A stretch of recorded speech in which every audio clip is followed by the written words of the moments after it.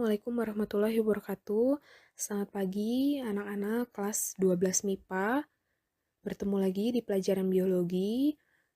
Hari ini kita masuk ke bab baru, yaitu tentang metabolisme sel. Langsung saja ke pembahasan materi. Metabolisme. Apa sih metabolisme? Metabolisme itu seluruh reaksi kimia yang diperlukan oleh suatu organisme agar tetap hidup. Nah, sebelum lebih lanjut, kita harus mempelajari dulu dasar-dasar metabolisme. Nah, yang akan dibahas untuk pertemuan kali ini adalah tentang enzim. Karena ada beberapa hal yang harus kamu ketahui sebelum masuk ke bagian metabolismenya. Yang akan kita bahas adalah pengertian enzim, struktur enzim, sifat enzim, cara kerja enzim, dan faktor yang mempengaruhi enzim. Nah, enzim itu apa sih? Enzim itu biomolekul berupa protein yang berfungsi sebagai katalis. Artinya dia mempercepat reaksi tanpa ikut bereaksi dalam suatu reaksi kimia.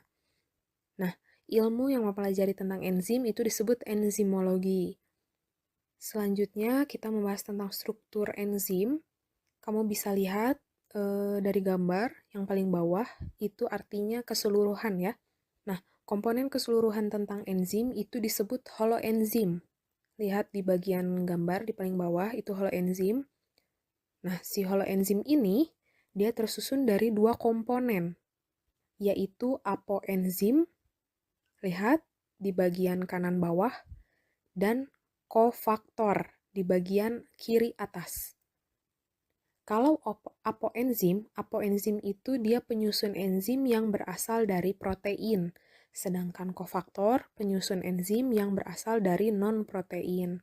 Nah, si kofaktor ini dia dibagi lagi tersusun dari dua macam, yaitu koenzim dan gugus prostetik. Koenzim itu artinya dia tersusun dari senyawa organik, sedangkan gugus prostetik dia tersusun dari senyawa anorganik. Nah, di tengahnya itu terdapat aktif bold, itu artinya sisi aktif ya. Yang di tengah-tengah itu dia sisi aktif, tempat berikatan dengan substrat pada saat terjadi reaksi. Kita masuk ke sifat enzim. Sifat enzim itu ada 7. Yang pertama, karena enzim tersusun dari protein, maka enzim adalah protein. Kemudian yang kedua, sifat enzim adalah termolabil. Termo, artinya dia dipengaruhi oleh suhu. Kemudian yang ketiga, dia berperan sebagai biokatalisator. Seperti tadi yang di awal ya, katalis, artinya dia mempercepat suatu reaksi tanpa ikut bereaksi. Jadi, jika suatu reaksi menggunakan enzim, dia membutuhkan waktu yang lebih cepat. Tapi jika reaksi itu tidak menggunakan enzim, maka membutuhkan waktu yang lebih lama untuk diproses.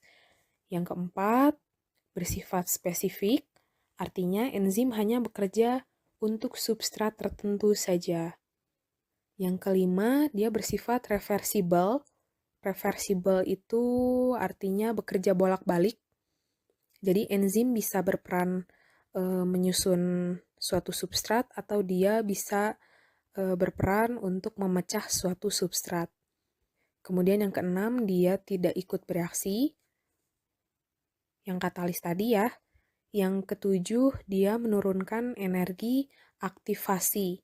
Nah, untuk memecah suatu substrat, ini diperlukan energi aktivasi atau energi bebas. Jadi, jika suatu reaksi tanpa menggunakan enzim, maka membutuhkan energi yang lebih tinggi dibanding yang menggunakan enzim. Nah, cara kerja enzim itu ada 2. Ada teori gembok dan anak kunci atau lock and key teori, dan ada teori cocok terinduksi atau induced fit teori. Nah, kalau kunci dan gembok, itu sisi aktif enzim spesifik dan tidak fleksibel. Jadi bisa dilihat di gambar, itu enzim diibaratkan sebagai gembok, dan substrat itu sebagai kunci. Jadi, enzim dan substrat itu bisa bereaksi, bisa bergabung jika bentuknya sama atau cocok gitu ya. Nah, karena sisi aktif enzim spesifik dan tidak fleksibel, maka bentuk enzim dan bentuk substrat memiliki bentuk yang spesifik sampai menghasilkan produk yang berasal dari substrat. Jadi kalau cocok, nanti si enzim dan substrat bergabung, nanti setelah bergabung, enzim dan substrat itu akan menghasilkan produk yang bentuknya sama tadi ya. Kemudian kalau yang teori cocok terinduksi, ini sisi aktif dari enzim katanya fleksibel. Jadi meskipun bentuk enzim dengan substrat itu tidak pas atau tidak sama, nanti enzim akan menyesuaikan bentuk dengan substrat. Sehingga bisa terjadi reaksi dan menghasilkan produk dari substrat dan enzim ini. Jadi kalau menurut yang induksi ini, si enzimnya fleksibel, jadi dia mengikuti bentuk dari si substrat. Nah, selanjutnya ada faktor yang mempengaruhi kerja enzim. Yang pertama itu ada suhu. Suhu di sini harus optimal. Nah, kalau pada manusia dia optimalnya ada di 35-40 derajat Celcius, sedangkan bakteri itu bisa sampai 70 derajat Celcius. Kemudian pH, pH itu derajat keasaman. Nah, enzim itu hanya bekerja pada pH tertentu sesuai dengan enzimnya. Umumnya bekerja pada pH 6-8, tapi ada juga yang bekerja pada pH asam. pH asam itu contohnya pepsin, dia terdapat di lambung ya. Dan juga ada juga yang bisa bekerja pada pH basa, contohnya tripsin, dia terdapat pada usus 12 jari. Nah, enzim bisa bekerja efektif dalam kondisi netral. Dia tidak bisa bekerja pada kondisi basa ataupun asam. Jadi enzim lebih efektif pada kondisi pH yang cocok. Ketiga, konsentrasi enzim dan substrat. Nah, konsentrasi enzim dan substrat artinya semakin banyak enzim dan substratnya sedikit, maka reaksi akan lebih cepat. Jika substratnya banyak, enzimnya sedikit, reaksinya akan berjalan lebih lambat. Selanjutnya itu inhibitor. Inhibitor itu senyawa kimia yang menghambat kerja enzim. Dia menghambat kerja enzim dengan cara menempati sisi aktif enzim. Nah, inhibitor atau penghambat ini ada dua, yaitu inhibitor kompetitif dan inhibitor non-kompetitif. Kamu bisa lihat di gambar. Nah, kalau atas itu dia gambar normal. Enzim dan substrat yang normal. Jadi, substrat akan menempati sisi aktif pada enzim yang kosong ya. Sedangkan yang di bawah itu ada allosterik. Allosterik itu artinya sisi lain dari sisi aktif. Nah, sedangkan yang di bawah itu ada kompetitif inhibitor atau inhibitor kompetitif di sebelah kiri dan inhibitor non-kompetitif di sebelah kanan. Kalau yang kompetitif, itu inhibitornya dia bersaing dengan substrat. Jadi dia bersaing dengan substrat untuk menempati sisi aktif dari enzim. Bisa dilihat ya, jadi si inhibitornya itu dia menempati dulu tempat sisi aktif buat substrat.